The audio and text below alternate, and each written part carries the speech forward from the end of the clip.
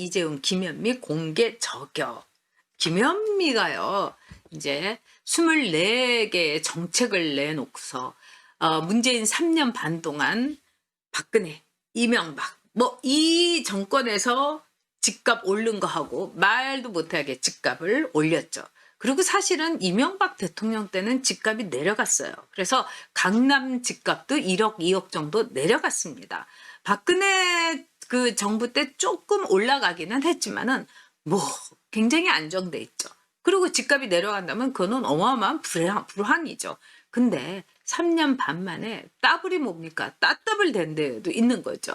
오늘 제가 SNS에서요, 어떤 20살짜리 청년이 집을 산 거예요.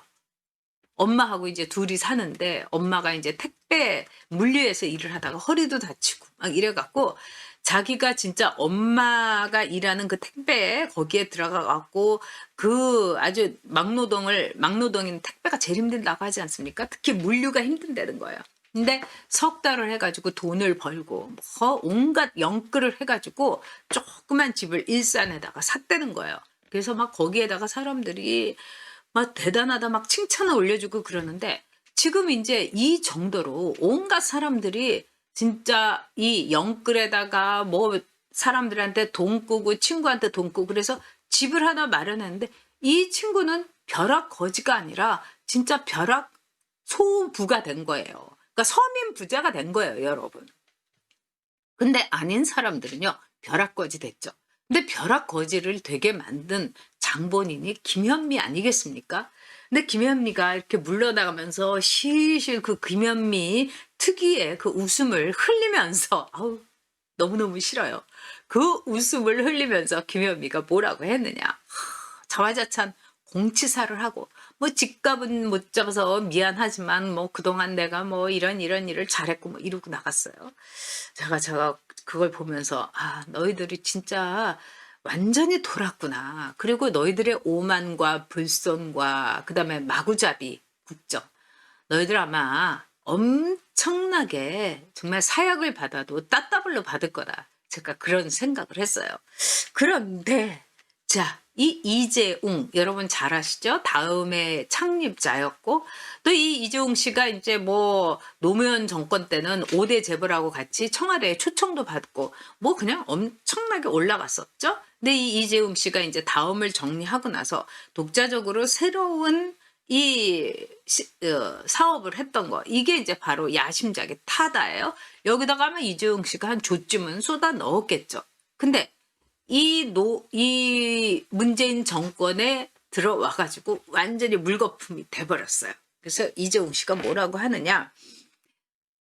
네가 집값을 올린 거는 다 좋지만 이 새로운 모빌리티의 이 운송수단, 이 움직임, 바로 이런 이 이동의 일종의 혁신인 이 타다를 완전히 없애버린 거. 즉 운수법을 개정을 해갖고 없애버린 이거에 대해서 김현미의 죄를 묻지 않을 수가 없다. 정말 정신 나간 거 아니냐? 너무 뻔뻔하다. 반성을 해도 사죄를 해도 정말 모자란데 어떻게 이럴 수 있냐 하면서 일가를 했습니다. 사실 이재용 씨는 그동안에 뭐 이재용 씨가 얘기한 거라든가 뭐 이런 걸 보면은 이 사고 방식이 완전 벤처 좌파죠. 네, 벤처 좌파들 진짜 많아요, 여러분. 그리고 자기가 벤처 기업을 일으켜가지고 이 모든 거를 이 평범한 사람들, 약자들을 위해서 쓴다. 뭐 이래가지고 미국에도 캘리포니아라든가 뭐 이런 데 보면은요, 샌프란시스코 쪽에 벤처 좌파들 참 많죠. 스탠포드 또 버클리. 이쪽이 이제 수정주의자들이 많은 거니까. 그러다가 이재용 씨가 이제 문재인 정권 들어서 좌파들의 본질, 정말 그 쓴맛을 아주 처절하게 보고 나더니 요즘 들어가지고는 이 SNS에 올리는 글이 아 이재용이 이제 정신 차렸구나.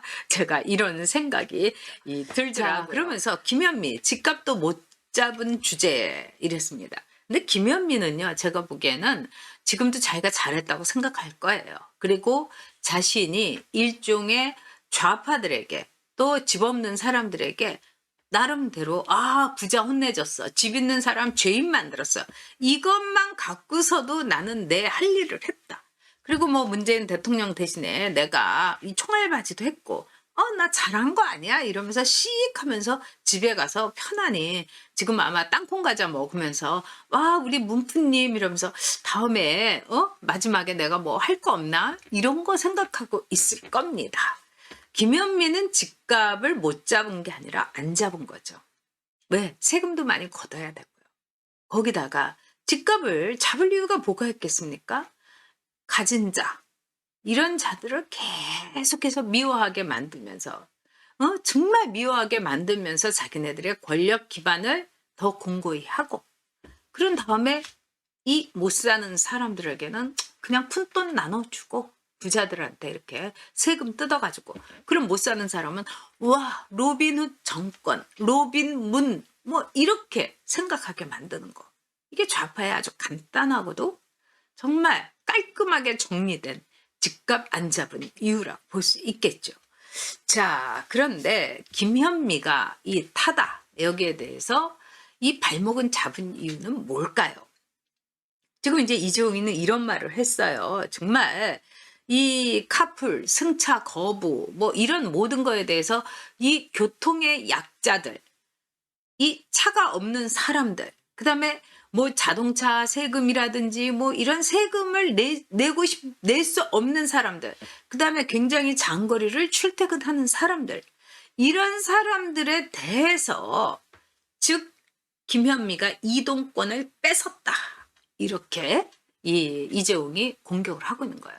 그리고 세상이 어떻게 돌아가는지도 모른다. 다른 나라는 뭐 우버에다가 뭐 온갖 것 다 하고 있는데 그랩에다가 뭐 현대 자동차가 그랩하고도 확실하게 이제 이 손을 잡았지 않습니까? 왜 그랩하고 잡아요? 우리나라에 있으면 타다하고 잡아가지고 그 돈 우리나라에서 돌고 돌게 만들면 얼마나 좋은 겁니까? 근데 김현미가 얘기했던 건 뭡니까? 여객 운수법 개정안이라는 거예요. 이거는 택시의 유사 택시다 이거예요. 우버는 아니 타다는 택시를 사칭한 페이크 택시다. 그리고 우리가 택시 기사 자격증, 또 개인 택시, 법인 택시, 이게 얼마나 힘든 건데 이걸 날로 먹겠다고 너희들이 그냥 들어와? 안 돼, 안 돼, 안 돼. 이렇게 얘기를 하면서 말하자면은 김현미가 즉 우버 아니 타다에 대해서 안 돼 하고 불법으로 말하자면은 딱 철퇴를 가한 겁니다. 그래서 타다, 베이직 타다는 다 날라간 거예요. 여러분 타다 타보신 분들 많죠? 저도 타봤어요. 너무 좋죠. 일단 기사가 굉장히 젊더라고요.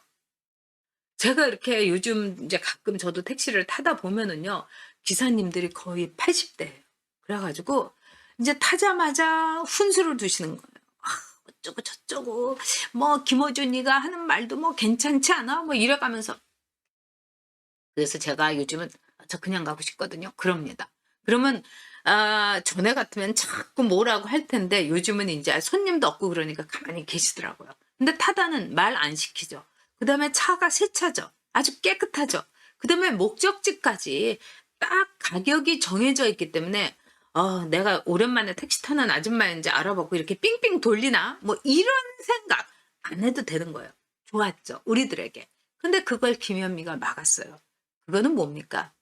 첫 번째도 두 번째도 세 번째도 바로 택시 기사들의 즉 기득권을 지켜주기 위해서 표 때문입니다, 여러분.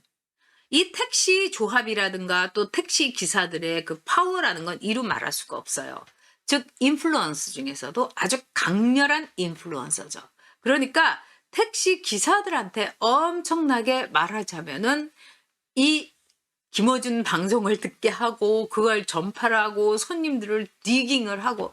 요즘 여러분들 이렇게 택시 타면은 이제 느끼시는 거 없으십니까? 전에는 택시 기사분들이요, 진짜 보수들이 많았어요. 그리고 보수의 가치를 가진 사람들이 참 많았고 그래서 참 좋았는데 요즘 택시 기사들 이상합니다, 여러분.